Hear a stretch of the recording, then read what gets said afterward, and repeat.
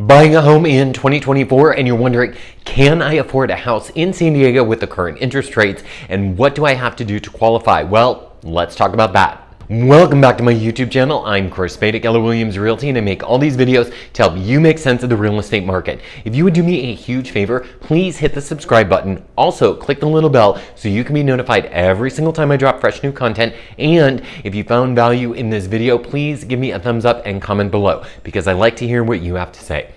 So let's talk about interest rates, because interest rates have a huge effect on your buying power, on whether or not you can afford a home here in San Diego. Now, over the last several years, we have seen historically low interest rates, and they kind of started to creep down in about 2015-ish, when they were getting into the 3 and 4% range, and they dropped well below 3% during the pandemic.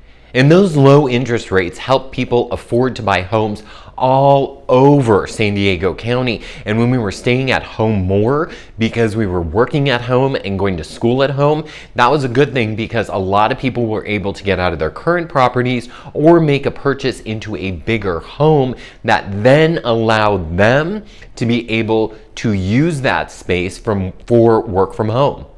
But the drawback with the low interest rates was the fact that we had high inflation because of supply chain issues during the pandemic, which then caused the Fed to start raising the rates. In fact, from 2022 to 2023, they raised the rate 8 times. Now, the rates are starting to slowly come down. So what does that mean for you buying a house in 2024? And let's go over a little bit about what the difference was of buying a house in 2023, the end of 2022 to 2023, and how you can expect to buy a house in 2024, because the interest rates have an effect on all those things. Now let's look at what happened historically in 2020 and 2021. We called that the unicorn days of real estate, because everybody was selling real estate and there were a lot of people buying real estate. Now, if you were in the market at that time, you know that we were seeing 20, 30, 40, 50 offers on homes. It was just absolutely ridiculous and insane. And it was very hard for buyers to get into the market. What then happened was a lot of buyers just decided to back out and say, you know what, I'm going to wait and see what happens. But waiting and seeing what happened meant that the interest rate skyrocketed, and it went up to 8%.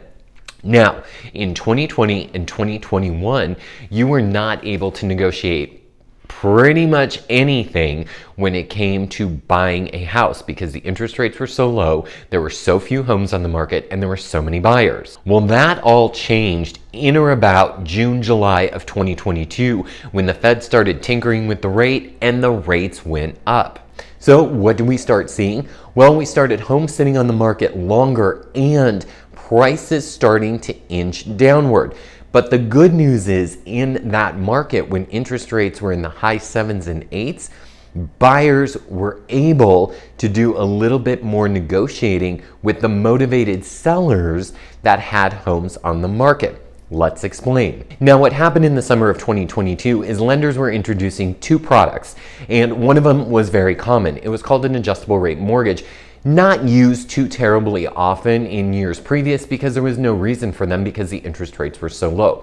But essentially what an adjustable rate mortgage, or commonly referred to as an ARM, is when the lender says, okay, for either the first 5 or 7 years, we're going to give you this interest rate at 4%, let's say, even though the interest rate was at 8. And then in year 5 or year 8, then your interest rate was going to jump up to the current interest rate at the time your loan was locked in. So then it would jump up to 8%.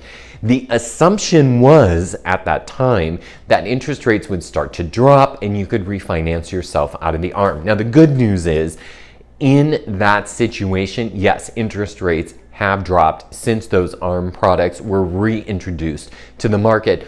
So there are a few people who have adjusted out of those ARMs, even though they were paying a lower interest rate then. They decided to take the higher interest rate now, knowing that it's still going to be less than what their ARM would readjust to later in year 5 or year 7. Now, the other product that people were introducing to the market, and this is very, very popular, it's called a 2-1 buy down. Now, the 2-1 buy down simply meant that in the first year that you were buying the property, and let's say at that time the interest rate was 8%, your first year of your payment would be at 6%. So you'd be paying interest at 6% for that first full year. Then on the second year, it would go up 1 point to 7%. So it would easily graduate you into that 8% mortgage. Again, the assumption was, because we are heading into 2024, or rather we are in 2024, that we're going to start to see interest rates come down, because historically interest rates always come down during a presidential election year.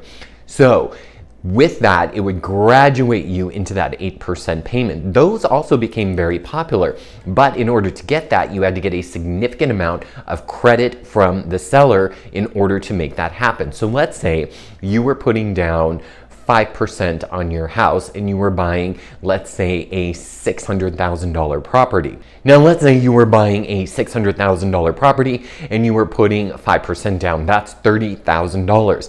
Now, let's say you had money to cover your closing costs, which is typically about 2% of the overall purchase price, which is another $12,000, which means you need to come to the table with $42,000. But in order to make you be able to buy that house at $600,000, you couldn't pay the 8% interest rate.